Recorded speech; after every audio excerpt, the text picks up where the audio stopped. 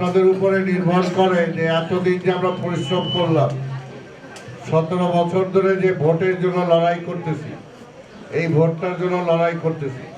আপনারা জেলে গেছেন, আপনারা বিভিন্নভাবে নির্যাতিত হয়েছেন এই ভোটটার জন্য।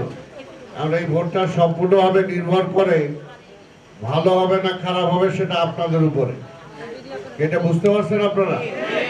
আর আপনারা যে ওনারা ভালোভাবে বুঝেছেন যে আপনারা সবাই এক একজন তারেক রহমান, তার প্রতিনিধি হিসাবে আপনারা সেখানে অংশগ্রহণ করতেছেন, সেই কাজটা করতেছেন। কাজে তারেক রহমান নিজের ভোটের জন্য একটা কাজ যেভাবে বুঝে নিবে, আপনি তো সেভাবে বুঝে নেবেন।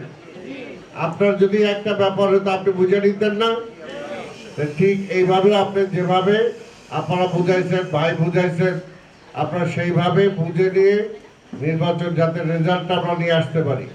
এখন মাঠে আমরা সবাই বলি যে মাঠে তো ফসল আছে, কাইটা তো নিয়ে আসতে হবে।